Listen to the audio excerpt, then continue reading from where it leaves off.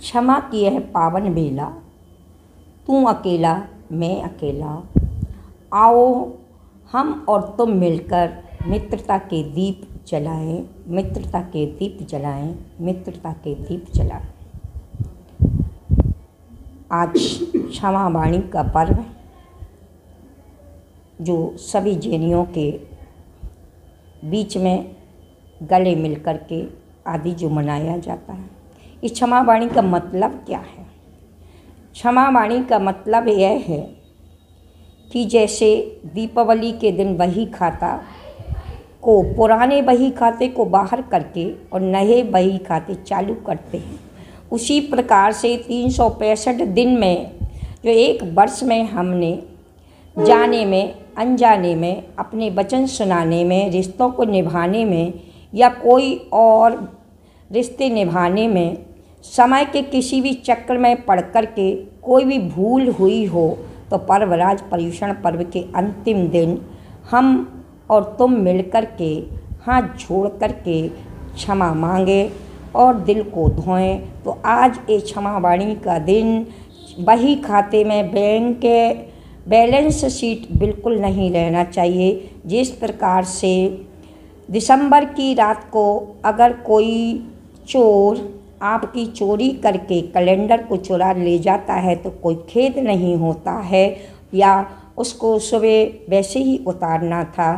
तो आइए आज ये क्षमा वाणी का पर्व भी कहने आया है कि 365 दिनों में यदि किसी से भूल हुई तो भूल से अगर भूल हो गई तो भूल समझकर भूल जाना।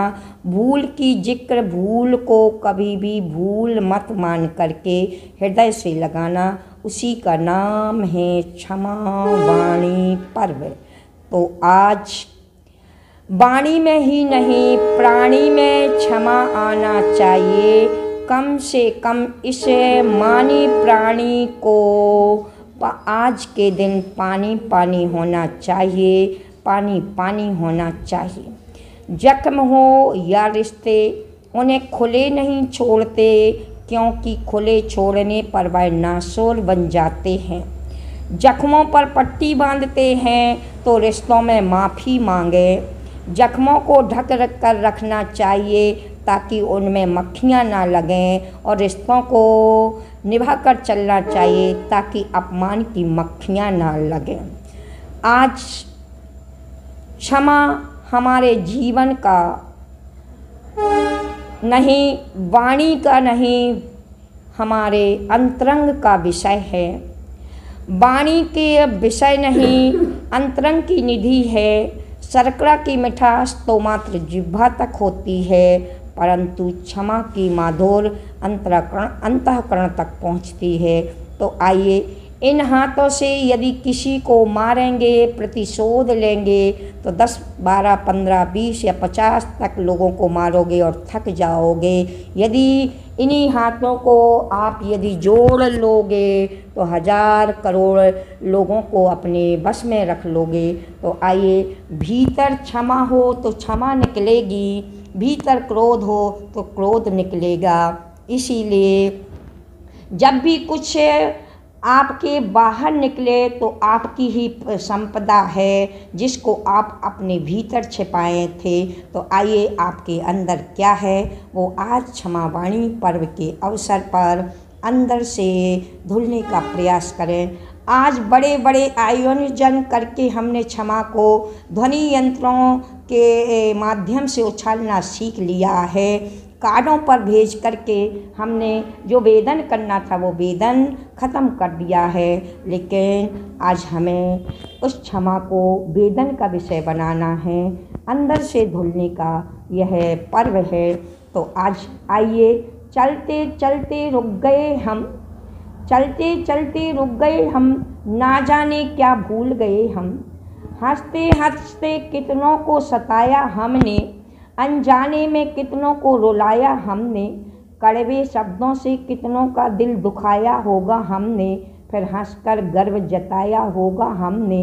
दिल शायद नादान था, दिल शायद नादान था, पाप से भी अनजान था। आज हर छोटी मोटी गलती से तौबा करना है हमें। आज छोटी मोटी गलती से तौबा करना है हमें और मान को छोड़कर क्षमा वाणी के पावन पर्व पर क्षमा मांगते हुए सबको क्षमा, सबसे क्षमा करते हुए खम्मामि सब जीवाणम सब्बे जीवा खमन्तु मे मेत्ति में सब भूतेषु वैरम मध्यम केड़वी वैरम मध्यम केड़वी।